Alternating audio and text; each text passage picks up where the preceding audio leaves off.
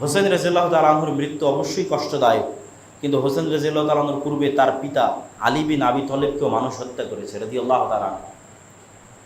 আলী বিন আবি তালেবের পূর্বে আলী বিন আবি তালেব রাদিয়াল্লাহু তাআলা আনহুর চেয়ে শ্রেষ্ঠ ওসমান গনি রাদিয়াল্লাহু তাআলা আনহু, তাকে মানুষ হত্যা করেছে। ওসমান গনির পূর্বে তার চেয়ে শ্রেষ্ঠ ওমর ইবনুল খাত্তাব রাদিয়াল্লাহু তাআলা আনহু, তাকে মানুষ হত্যা করেছে। তাহলে ওমর ইবনুল খাত্তাবের মৃত্যুতে শোক পালন করলাম না, ওসমান গনির মৃত্যুতে শোক পালন করলাম না, আলী বিন আবি তালেবের মৃত্যুতে শোক পালন করলাম না, তাহলে হুসাইন রাদিয়াল্লাহু তাআলা আনহুর মৃত্যুতে কেন শোক পালন করব? এটা হচ্ছে মাত্রাতিরিক্ত ভালোবাসা প্রদর্শন, এবং আলে বাইতকে এই ভালোবাসা প্রদর্শনের হাতিয়ার হিসেবে ব্যবহার করা হয়। আলে বাইত কারা? আমরা কি আলে বাইতকে ভালোবাসি না? অবশ্যই ভালোবাসি। আল্লাহুম্মা সাল্লি আলা মুহাম্মাদিন ওয়া আলা আলি মুহাম্মাদ কামা সাল্লাইতা আলা ইব্রাহিম ওয়া আলা আলি ইব্রাহিম ইন্নাকা হামিদুম মাজিদ। আল্লাহুম্মা বারিক আলা মুহাম্মাদ ওয়া আলা আলি মুহাম্মাদ কামা বারাকতা আলা ইব্রাহিম ওয়া আলা আলি ইব্রাহিম ইন্নাকা হামিদুম মাজিদ। হে আল্লাহ, আপনি রহমত এবং বরকত নাজিল করুন আলে মুহাম্মদ, মুহাম্মদ সাল্লাল্লাহু আলাইহি ওয়াসাল্লামের পরিবারের উপর, যেমন রহমত এবং বরকত আপনি নাজিল করেছেন ইব্রাহিম আলাইহিস সালাতু ওয়াস সালামের পরিবারের উপর। তাহলে তো এখানে তো আলে বাইতকে ভালোবাসা প্রদর্শন করা হচ্ছে দরুদের মধ্যে। মুহাম্মদ সাল্লাল্লাহু আলাইহি সাল্লামের পরিবার বর্গের প্রতি রহমত এবং বরকতের জন্য দোয়া করা হচ্ছে। আর মুহাম্মদ সাল্লাল্লাহু আলাইহি সাল্লামের পরিবার কি শুধু হুসাইন রাদিয়াল্লাহু তাআলা আনহু এবং তার সন্তানেরা? জি না, মুহাম্মদ সাল্লাল্লাহু আলাইহি সাল্লামের স্ত্রীরাও তার পরিবারের অন্তর্ভুক্ত। আয়েশা রাদিয়াল্লাহু তাআলা আনহা তার পরিবারের অন্তর্ভুক্ত। তাহলে আয়েশা রাদিয়াল্লাহু তাআলা আনহাকে গালি দিয়ে কিভাবে আপনি আলে বাইতের ভালোবাসার দাবি করতে পারেন? এটা অসম্ভব, এটা মিথ্যা দাবি। আপনি আলে বাইতকে টার্ম কার্ড হিসেবে ব্যবহার করলেন, ব্যবহার করে শুধু হুসাইন রাদিয়াল্লাহু তাআলা আনহুর পরবর্তী সন্তানদের প্রতি ভালোবাসা প্রদর্শন করছেন, আর আমাকে আলে বাইতের শত্রু বানিয়ে দিলেন। কিন্তু আপনি যে আয়েশা রাদিয়াল্লাহু তাআলা আনহাকে গালি দিচ্ছেন, তো আয়েশা রাদিয়াল্লাহু তাআলা আনহা যে আল্লাহর নবীর স্ত্রী, তিনিও তো আলে বাইত। রাসূল সাল্লাল্লাহু আলাইহি ওয়াসাল্লামের চাচা আব্বাস ইবনে আব্দুল মুত্তালিব, তার সন্তান আব্দুল্লাহ বিন আব্বাস, তারা আলুল বাইত। রাসূল সাল্লাল্লাহু আলাইহি ওয়াসাল্লামের চাচা আবু তালেবের ছেলে আলী ইবনে আবি তালেবের আপন ভাই জাফর ইবনে আবি তালেব, যিনি মুতার যুদ্ধে শহীদ হয়েছেন। পরপর তিনজন যারা মুতার যুদ্ধে যাদেরকে আল্লাহর নবী সেনাপতির দায়িত্ব দিয়েছিলেন এবং শহীদ হয়েছিলেন, তাদের মধ্যে একজন জাফর ইবনে আবি তালেব, যিনি আলী ইবনে আবি তালেবের আপন ভাই, রাসূল সাল্লাল্লাহু আলাইহি ওয়াসাল্লামের চাচা আবু তালেবের সন্তান। তার পরবর্তী সন্তানেরা কি আলুল বাইত নয়? তারাও আলুল বাইত। আপনি শুধু রাসূল সাল্লাল্লাহু আলাইহি ওয়াসাল্লামের একজন কন্যা ফাতেমা রাদিয়াল্লাহু তাআলা আনহার সন্তানদের ভালোবাসলেন, উসমান রাদিয়াল্লাহু তাআলা আনহুর প্রতি বিদ্বেষ পোষণ করলেন, ক্ষোভ ঝাড়লেন। তো উসমান রাদিয়াল্লাহু তাআলা আনহু কি আল্লাহর নবীর কন্যাদেরকে বিবাহ করেনি? শুধু কি আলী রাদিয়াল্লাহু তাআলা আনহু আল্লাহর নবীর কন্যাকে বিবাহ করেছিলেন? আল্লাহর নবীর কি শুধু একটি কন্যা ছিল, ফাতেমা রাদিয়াল্লাহু তাআলা আনহা? তাহলে ফাতেমা রাদিয়াল্লাহু তাআলা আনহা যদি আমার ভালোবাসার পাত্র হয়, ফাতেমা রাদিয়াল্লাহু তাআলা আনহার স্বামী আলী ইবনে আবি তালেব যদি আমার ভালোবাসার পাত্র হয়, তাহলে রাসূল সাল্লাল্লাহু আলাইহি ওয়াসাল্লামের আর দুই কন্যা রুকাইয়া এবং উম্মে কুলসুমকে বিবাহ করার পরেও উসমান কেন আমার বিদ্বেষের পাত্র রাদিয়াল্লাহু তাআলা আনহু? সম্মানিত উপস্থিতি, এই জন্য আলুল বাইতকে ভালোবাসার দাবি করতে হলে প্রকৃত এবং সত্যিকারভাবে সেই ভালোবাসাটা প্রদর্শন করতে হবে সবার জন্য সমানভাবে। শুধু পলিটিক্যাল এবং রাজনৈতিক কারণে আলুল বাইতকে টার্ম কার্ড হিসেবে ব্যবহার করে শুধুই মাত্র হুসাইন রাদিয়াল্লাহু তাআলা আনহুর পরবর্তী সন্তানদের প্রতি ভালোবাসা প্রদর্শন করো, তো আয়েশা রাদিয়াল্লাহু তাআলা আনহার প্রতি বিদ্বেষ, ওসমান রাদিয়াল্লাহু তাআলা আনহুর প্রতি বিদ্বেষ, তারাও তো আলুল বাইত। সম্মানিত উপস্থিতি, আসলে হুসাইন রাদিয়াল্লাহু তাআলা আনহুর প্রতি এই মাত্রাতিরিক্ত ভালোবাসা এবং তার সন্তানদের প্রতি এটি হুসাইন রাদিয়াল্লাহু তাআলা আনহুর কারণে নয়। এর সবচেয়ে বড় কারণ হচ্ছে ওমর রাদিয়াল্লাহু তাআলা আনহুর খেলাফত শাসন আমলে পারস্য সাম্রাজ্য ধ্বংস হয়ে গেছিল। আর এই সাম্রাজ্য ধ্বংস হয়েছিল সবচেয়ে বড় যে যুদ্ধে, সেই যুদ্ধটি হচ্ছে কাদেসিয়ার যুদ্ধ, যা ওমর রাদিয়াল্লাহু তাআলা আনহুর খেলাফত আমলে সংঘটিত হয়েছিল। যেই যুদ্ধে প্রধান সেনাপতি ছিলেন সাদ ইবনে আবি ওয়াক্কাস এবং পারস্যদের পক্ষ থেকে প্রধান সেনাপতি ছিল মহাবীর রুস্তম। তো ইসলাম আর পৃথিবীর যেখানেই প্রবেশ করেছে সেখানকার মানুষেরা দিল ও জান থেকে, মন একদম অন্তরের ভিতর থেকে ইসলামকে কবুল করেছে। এত ভিতর থেকে ইসলামকে কবুল করেছে যে তারা ইসলামের ভাষাটাও গ্রহণ করে নিয়েছে। মক্কা থেকে তেহরানের দূরত্ব যত, মক্কা থেকে কর্ডোভা এবং গ্রানাডার দূরত্ব তার চেয়ে অনেক বেশি। কিন্তু স্পেনে যখন ইসলাম প্রবেশ করেছে, স্পেনের মানুষ তাদের ভাষা, তাদের সংস্কৃতি বাদ দিয়ে ইসলামের ভাষা এবং ইসলামের সংস্কৃতি গ্রহণ করে নিয়েছে। তারা নিজেদের জাতিগত আভিজাত্যের যে ঐতিহ্য এবং সংস্কৃতি, সেটার বিরুদ্ধে ইসলামকে দাঁড় করায়নি। নিজেদের জাতিগত আভিজাত্য এবং মর্যাদাকে ভুলে গেছে। কিন্তু একমাত্র পারস্যদের মধ্যে যখন ইসলাম প্রবেশ করে, তখন পারস্যরা সম্পূর্ণরূপে মন থেকে ইসলামকে কবুল না করতে পারার সবচেয়ে বড় প্রমাণ হচ্ছে আরব বিশ্বের এত নিকটে থাকার পরও তাদের ভাষা আরবি নয়, ফার্সি। এবং তারা এখনো নিজেদের ইতিহাস এবং ঐতিহ্যকে ওই ইসলাম আসার পূর্বের যে পারস্য সাম্রাজ্যের ইতিহাস এবং ঐতিহ্য ছিল ওইটার সাথে কানেক্ট করে। আমি উদাহরণ দিলে আপনাদের জন্য বুঝতে সুবিধা হবে যে আমরা বাঙালি, বাংলাদেশি, অসংখ্য বাঙালি বাংলাদেশিকে পাবেন যারা ইসলামের বিপরীতে স্বাভাবিক বাঙালি সমাজের যে ইতিহাস ঐতিহ্যগুলো ছিল সেগুলোকে ইসলামের বিপরীতে দাঁড় করিয়ে দেয়। যেমন পহেলা বৈশাখ, কথার কথা যে হতে পারে যে পহেলা বৈশাখে বা বাঙালিদের এরকম কিছু পার্বণ ছিল, কিছু এরকম আনন্দ উৎসবের দিন ছিল বাঙালিদের ইতিহাস এবং ঐতিহ্যের মধ্যে। তা আপনি বাঙালিদের সেপারেট ভিন্ন ইতিহাস ঐতিহ্যকে নিয়ে যখন গর্ববোধ করবেন এবং সেটাকে ইসলামের বিপরীতে দাঁড় করিয়ে দেবেন, এটা শুধু আজ বাংলাদেশে হচ্ছে, ইরানে হচ্ছে তা নয়, এটা এখন আরব কান্ট্রিগুলোতেও হচ্ছে।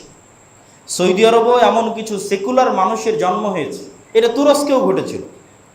এমন কিছু সেকুলার মানুষের জন্ম হয়েছে যারা ইসলামের আদর্শ এবং সংস্কৃতির বিপরীতে গিয়ে ওই জাহেলি যুগের যে আরব সংস্কৃতিগুলো ছিল, আমরা আরব, ওইটা আমাদের সংস্কৃতি, ওইটাকে নিয়ে এসে ইসলামের বিপরীতে দাঁড় করিয়ে দিচ্ছে।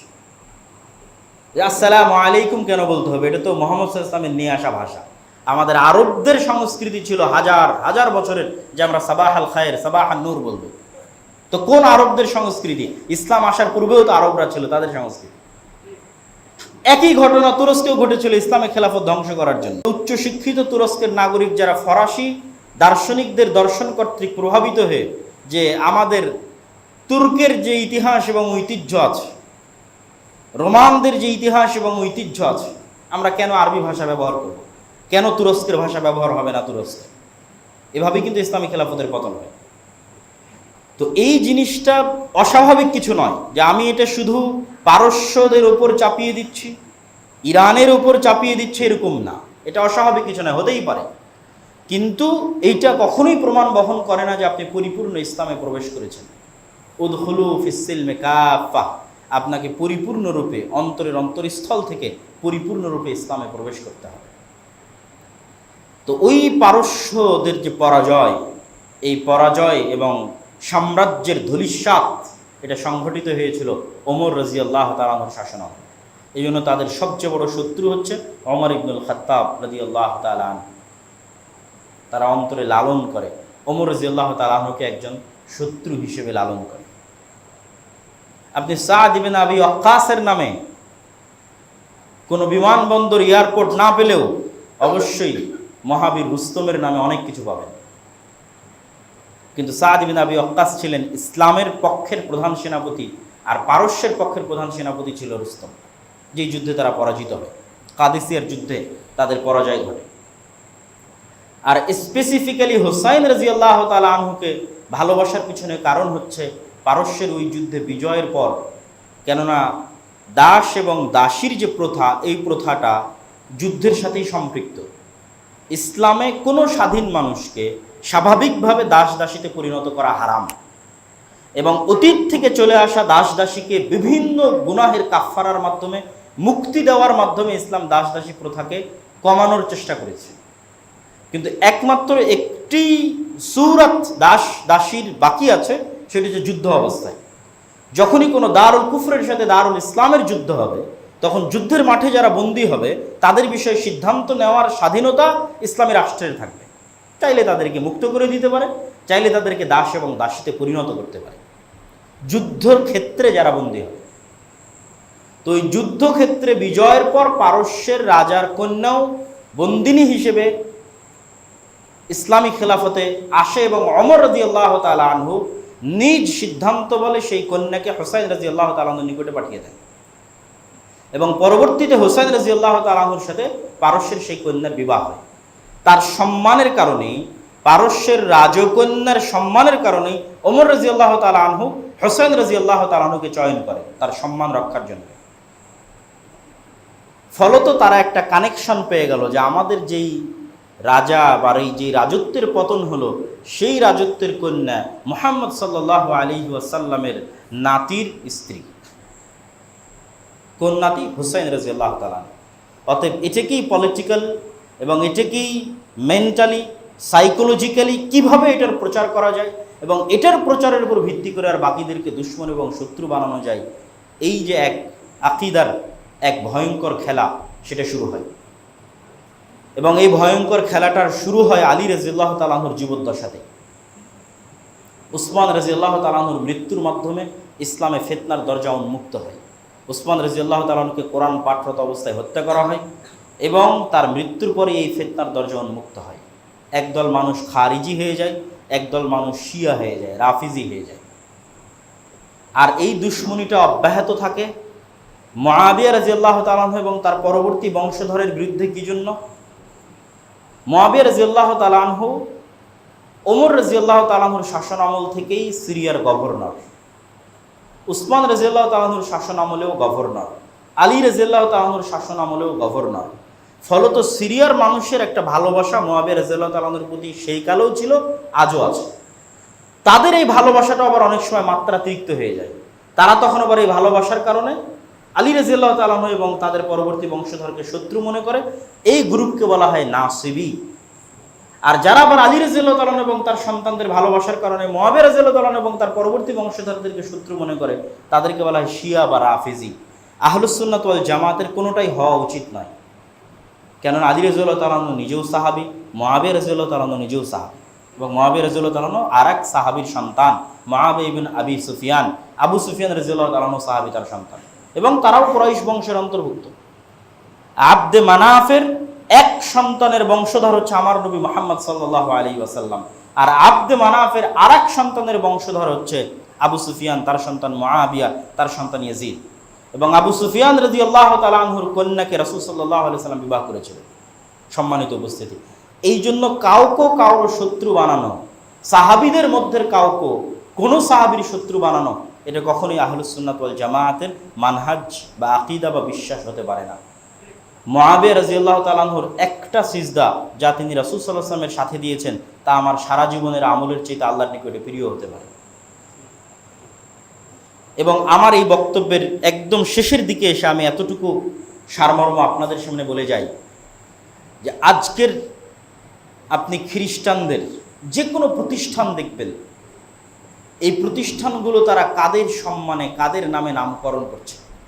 সব ঈসা আলাইহিস সালাতু ওয়াস সালামের সাথে যে শ্রেষ্ঠতম 12 জন হাওয়ারি ছিল, তাদের নামে তারা তাদের বিভিন্ন প্রতিষ্ঠানের, সেন্ট পল, বিভিন্ন প্রতিষ্ঠানের নামকরণ করছে এবং তাদেরকে সম্মানের সাথে স্মরণ করছে।